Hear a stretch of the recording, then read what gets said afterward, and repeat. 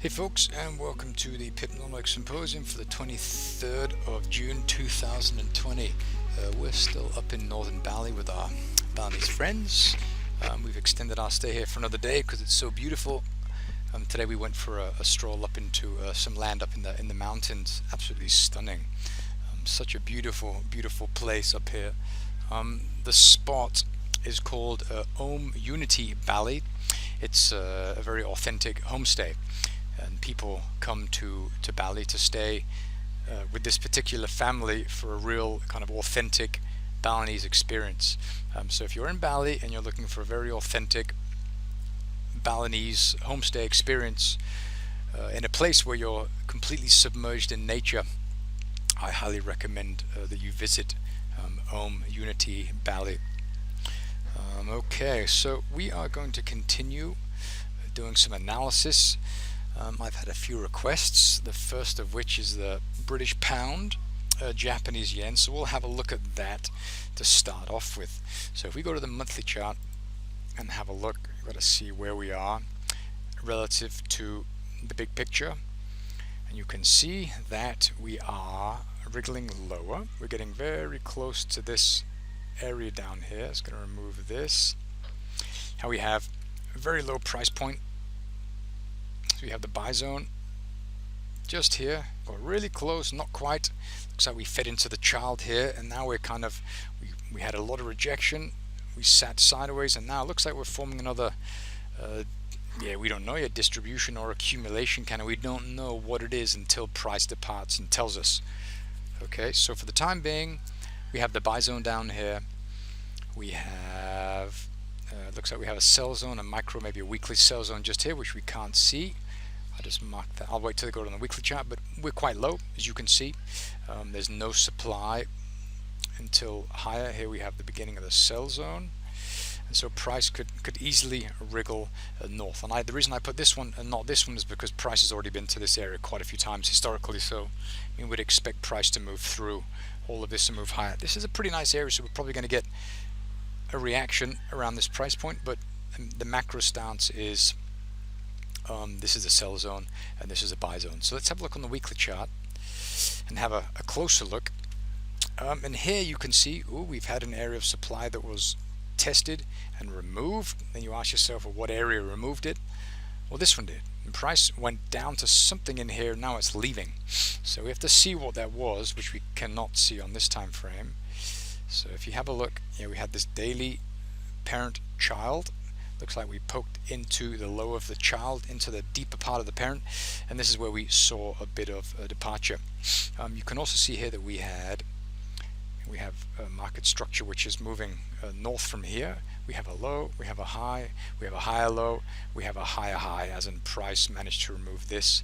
We have also managed to consume a bunch of supply here, although we did not manage to kind of trade above it. So price poked through and then we moved back down. And so when you see something like this, I mean, the most logical thing to expect would be for price to enter the buy zone for this area of demand and then wriggle higher from here. So if we have a look on the 4-hour chart, you can see pretty clearly what we have to work with, and that is that we have a really nice pattern here. We also have this, where we have this little area, and this is supply, because when price left here we traded below this low here. So we had supply, price left, we tested it, we moved sideways, we cut through, we pulled the slingshot back, and then we left.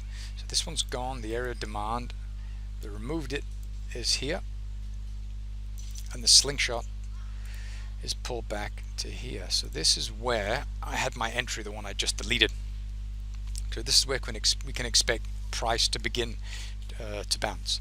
But if you look at this and you look at this, where you could say, oh, actually we actually have some bumps in the road just here.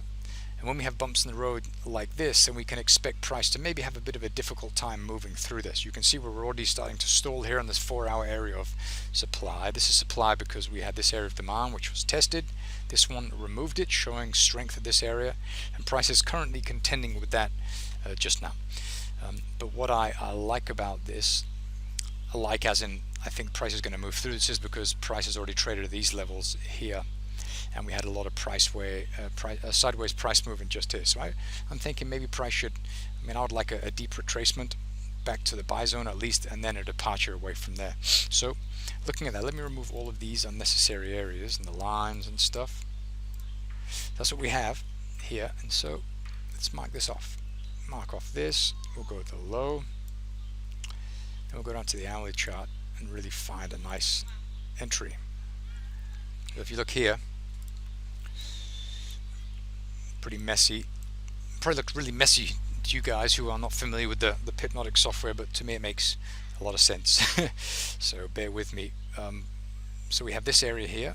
This is really nice, and you can see how price just shot north, moving above this, slingshot a couple of times, and then we left, and then we have this one below price, which is slightly less attractive. Just looking at the formation of this shows a short period of agreement, this shows an extended period agreement. So I would expect price to move through this and then move down. Let's see where we are here. We reacted at this one again, tested, departed. So this is a nice spot to expect price to react at, and I would expect price to move through that. And so we have this below price, which is a lot clearer on the 4-hour chart. If you look here, you can see that we have that nice kind of test of the area and then departure. Okay, so that's what we have just here on the British pound, Japanese yen. And so looking at the chart, depending on if price manages to remove this, if price does not remove this, if this area causes price to trade below this low here, removing this area of demand, well, then price will probably return to the buy zones of the areas of demand below where price currently is. And we have one just here, which is at the 130.70 area where this slingshot was pulled back. But this is not a super beautiful area, because this is where price kind of caused that extended period of agreement, which we don't like. But we like this one down here. It's a little bit nicer. We'll have to wait and see what happens then. Okay, let's have a look at, let's do the British pound pair. Let's have a look at the British pound Swiss franc. So we look here, start on the monthly. What's going on? We have no more price data. You can see price is low, low, low, so we probably have positive divergence on the monthly chart, and price is showing a lot of rejection down here at this buy zone. As you can see, price tested it, and so I would expect price to wriggle higher because we are so low, and because we're showing a lot of rejection down here at the wicks. We don't have a whole lot of information on this chart. We can just see that when price left here, we went from this low, we tested the chart, and we went below. Okay, but on the weekly, maybe there's a little bit more clarity. So if we see that, you can see actually we traded this area just here. We sold up here. Price poked down. We got out here at the opposing area of demand. So price is looking to maybe wriggle lower, but we can't really see a whole lot here. So we're going to have to look at this little price structure here and see if there's anything in there. So we're going to mark this one off. See, this candle closed above this area of demand. Then we're going to go to the daily and look for some clarity. We've got to zoom in a little bit so we can see the details. Yeah, this is pretty messy. The high of this is above this. The close of this is above this. The close of this is above this. Close of this is above this. So the area of demand starts here. So it looks like this on this time frame. Okay, that's what we have for there. We maybe go to the smaller time frame once more and have a look. Let's look. Yeah, here. So you can see here that we had this, and below price we have this. Okay, so this is what we have there. Let's see if price came close to these. No, we're still pretty far away. Okay, so we had this one here. This is beautiful. Demand tested, price went down, we sat on the level, distributed, cut through it, slingshot, departure. And just a really nice area. This one, remove this one. Okay, this is what you want to look for. You want to look for an area that's formed. You want to see price feed into it and then move above the previous high or below the previous low, then you want to see a white candle form above or below the area of demand or supply, and then trade at that area. This is where you want to transact, and this is just a supply and demand buy and sell zone pin-up. When I was a kid, I used to look at like early magazines, to have like Playboy with the pin-ups. Well, this is the equivalent in trading. So if you have a fetish like I do and you want a pin-up, well, this would be perhaps something that you would entertain to hang on your wall. This is just a really delicious example of that.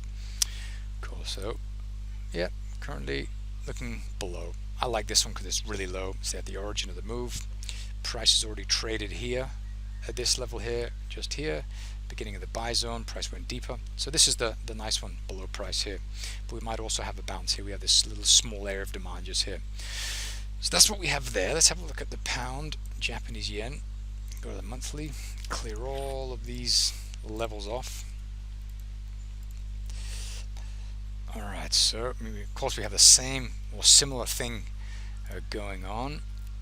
So we have buy zone, demand, tested, not quite, testing the sell zone here. As you can see, the sell zone was here, and now it's a little bit higher. Let's go to the weekly and have a look what that looks like. Yeah, see this one here removed these two, this parent and this child. Actually, they're both children. This is a parent, child, younger sibling.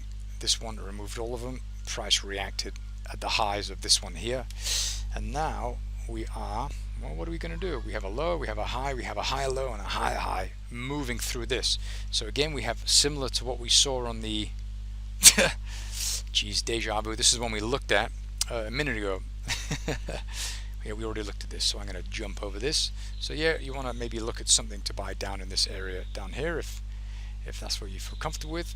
We've already been there, as I mentioned. So let's go to the pound Australian dollar on the monthly. Sell zone established. We have here a really big selling. We had demand. This is demand because price went above here. We tested it, went through it. So we have supply. Oops, don't want that. We want this. We got something in here we can't really see here just yet. Go to the weekly. You want to do the analysis a little bit clearer. So this is kind of similar to what we saw a second ago, where we have the area here that was tested. Price went up, we came down to it, and then we cut through it. So we're expecting maybe price to move back up to this and then move down. But we have this one and this one. We have parent, child. This one, remove them both. So looking at this first, the higher this candle is the beginning of the sell zone, which lines up nicely with the bottom of this area of distribution. So maybe what price will come up to the 188.50-ish area and move away from there. Looking at this is pretty messy, isn't it? All these wicks and this really ugly price action. We had this beautiful area here. Price rallied, went down. We had these two here, parent, child, tested, went through the child into the parent, left. We had this one that was tested, and the cool thing about the software is that it shows you where these historical levels were located, so you can see if they would have held or not, and notice how almost all of them work. Okay, we had this one, it was tested. We had this one, it was tested, and now it's removed. We had this one, it was tested. We have this one, it was tested. We had this one, it was never tested. We had this one, it was tested, now removed. We have this one, got destroyed. So you would have lost a trade there. So 1 out of 8 there. Have this one, would have lost that one. This one would have lost that one. This one, huge winner. This one, small tested the area. This one is gone. This one tested. So you can see that they really hold